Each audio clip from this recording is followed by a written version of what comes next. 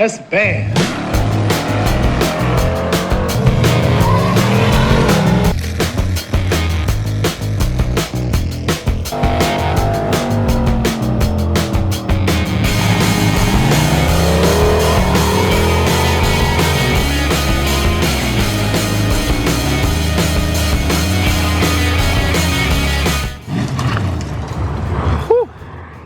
Alright, what's going on, guys? Hope you guys are having a good day. I'm staying busy here. There's no shortage of things to work on. So Sean Sfiero's back at my place. I'm trying to get that thing finished up here pretty soon.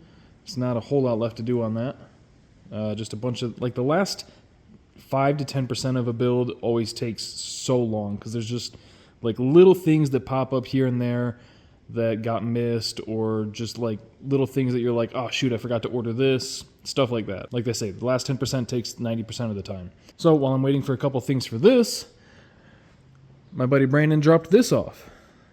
I don't remember what year he said it is. It's a Foxbody Mustang, but it is pretty rad. Back half car, chromoly cage. It's been fast. Should be fast again. Glass doors, glass trunk, lift off front end, glass hood, you know, the usual, except this one's going to have a NITROUS big block in it. Well, I can hear the comments from here, not a turbo LS. Nope, it is a big block NITROUS car, or at least it's going to be. Transmission's in it right now. Have to either make some block mounts or make some mounts for the motor plate, mid plate. But it is just up here to get wired up, because he absolutely despises wiring, and I despise it a little bit less than him. So I'm just going to rip some stuff out of here and basically start fresh. It's not overly complicated. It's a carbureted big block with 1 kit of NITROUS. So over here I was just trying to roughly come up with a layout for things. Got aluminum plate here that things are actually going to mount to. I was initially going to weld some tabs to put it in this triangle here, but there's not quite enough room to comfortably fit everything. So it'll probably end up either on the trans tunnel or against the floorboard / firewall there. One of those. I had also thought about putting it right in here. That wouldn't be a bad spot for it. He claims that this thing's never going to have a passenger seat in it. We'll see. We'll see. He also says that I can pull the dash out, which I will do eventually, just to make it a little bit easier to work on. But it's a rad car. It's not bad. Just trying to see how I can mount that plate for everything. And then tiny little fuel cell, parachute. Like I said, full back half car. Tub's big enough to fit like a 3316 or something. So I basically need to start ripping all the wiring out of this car, and we're just going to start completely fresh with all of our own stuff. So we got the 7A, the grid, the ARC relay board. We've got a leash NITROUS controller. Something else. The race pack over there, which he should be getting a mount for soon. But the tin works pretty good in it. Big ass tubs. If it was up to my dad, that's how the back of the 55 would look. So I'm just going to turn on some music and get to work ripping this thing apart, and we'll just be vibing out. See where we end up. Alright, so got the car 95% stripped out. Dash is out of it. Got a bunch of the wires all out of it. I did leave this ground cable, even though it's kind of redundant, because that went right here to a little stud, like a little 1/4 inch stud, but it comes back from here. This is that cable. And it goes through here, up the roll bar. Actually, no, it goes up through the C pillar, down the roll bar here, blah, blah, blah. It's pretty redundant. It's a relatively thin cable. It looks like 4 gauge, maybe. I don't know. It's pretty small. So honestly, that would probably be best to trim up into smaller sections and use for grounds from like engine to chassis and stuff like that.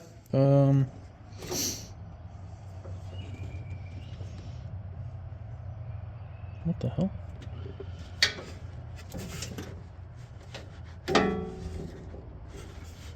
They have the ground going to the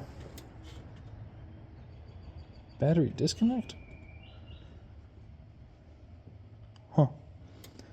Okay. And then another thing that I just, like, I looked at before, but I just kind of realized that I forgot to take this out of the cage. So there's the, ow, good lord, that stabbed the shit out of me. There's the power lug on the firewall there.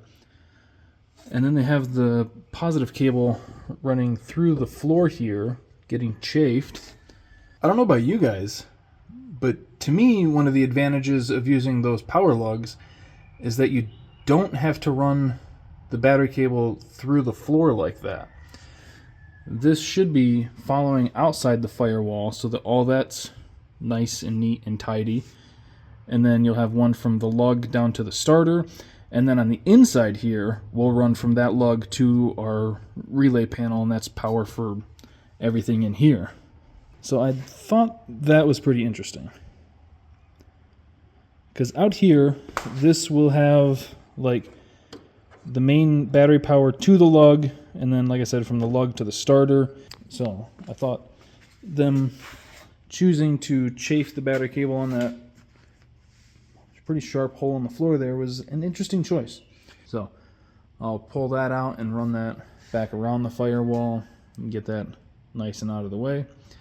And then I need to figure out where I want to run or mount the panel for the relay board and all that crap. Because, like, I do want it to look nice, right? I think whenever you do something, you should try to do it as good as you can. So I don't want it to just be jank as hell. Also, I feel like they should have silicone those. Probably collects rainwater there pretty good. And just right down through there. So yeah, it kind of looks like they had the old one mounted here, which maybe I could do again. That actually might not be a bad idea. I just need to find some bolts that go in there. Yeah, I think we'll do that. I think I'll just take a measurement, mount it right there, call it a day. Alright, got the panel all cut out, got the holes drilled, test fit it in the car, fits good. Got our layout roughly, well, I shouldn't say roughly, this is our layout because I got things nutted and bolted here. I do have to swing this out of the way to get to one bolt hole right there, and I got to do the same because this one's got one yonder somewhere, like right in here. But these three are all rubber insulated, and the panel itself will be rubber insulated to the studs on the firewall. I'm pretty sure I showed those. So each of those where it's mounting is going to have rubber insulators on that also. And then we should be good. I did reroute the battery cable like I said I was going to do. And I am thinking, debating, playing with the idea of drilling a hole right in here to run this through. So drill a hole there and then put a little insulator there. Just because this is a lot of cable. We don't need this much. We can hide it behind the panel, run it right through there. I mean, I'll probably just route it up and over like that, but it'd be a lot cooler if it was run through it like that. So I might do that. But yeah, just trying to do things good. No shame to anyone that just self-taps these onto their relay board. I have done that many times. But trying to do a little bit better this time. Got our power and ground for the box here. Gonna change that. Something a little bit nicer, route it a little bit better. The power off that lug on the firewall, which will be like right in here, will come down, feed power to this. This I'll probably run to the lug, because it's a big old cable. We can just run that right to the lug instead of to this. I still need to, I want to look up and kind of make my own wiring schematics for all of these. That way I can just like mentally plan out how I want to run things. But I think I can probably get this in the car and then start slowly wiring things up from there. I don't think we're going to get the car completely wired up today because there's going to be a bunch of little stuff here and there. I can get that in, get things started. But yeah, there's stuff like headlights, taillights, the harnesses for those haven't shown up yet. He wants to change the shifter. I don't know if that's going to have an air shift or anything on it. For something like this, I'd think no, but you know, sometimes people just need that fancy shit. Yeah, we don't have a mount for this, so we're not going to get it all wired up today, but we can at least get it looking a whole lot better, and I can send him some pictures and be like, look, I was working on your car. All right, got this thing in here, looking pretty good, all mounted. Now I need to start running wires. Oh boy. I think I forgot to mention, those two wires right there go to a push button starter on the cowl, or a push button for the starter, for like when you're setting valves and so I need to get that wired up too. But we are making progress. I'm still debating on punching a hole through there with a grommet to tuck that wire. I think it would just look a little bit neater. Not really necessary though. And the whole thing is very solid. So now I just have to, he's bringing up the headlight taillight harness. I think I mentioned that earlier. All of this is going to be run off the ARC switch panel. So that just is going to be run along the roll bar here, down plugs in. And then that I just have to ground it and then hook that up to the power lug. And then we just run our wires from each relay out to whatever they're going to be controlling. Very, very simple. The MSD, power and ground, and then run shit to the coil, distributor, etc. The power grid, all of this is like relatively straightforward. Somewhere around here where to put the NITROUS controller, I've got to make a little mount for this. That's going to get mounted somewhere in here, just a couple little tabs. Or maybe up here. I don't know. I'll see what he wants to do for that. Up here might not be too bad, but we were initially talking about down here. Either way, that is just... I don't know how many of these wires are crucial. There's power ground, trigger, fuel, and nitrous solenoids. I was looking at that a little bit last night. He should have, I'm assuming the trans brake button is going to be on the steering wheel. The steering wheel that came with the car doesn't have any buttons on it or any spots for buttons yet. So we'll see what he wants to do about that. This is a crazy wheel. Next time he's up here, which should be, I think, tomorrow. So yeah. Making progress on things, nothing crazy exciting on this or the Fiero, just a bunch of tedious little tasks trying to get things done. So that is probably where we'll wrap the video up here. I'm hoping that next weekend perhaps, sometime around there, or the weekend after, hopefully soon, I should say, we can take Jack out and get some runs with that, take him to like just a test and tune or something, and just see how he's doing. You know, a little state of the union with it. Get these finished up, get the Mustang finished up. Pops has been working on that a little bit here and there. The brakes are all done on that. The line lock is installed. Again, just little odds and ends here and there. So that is going to do it for today's video. That's just a GPS thing for the race pack. But that is going to do it for today's video. Hope you guys enjoyed it.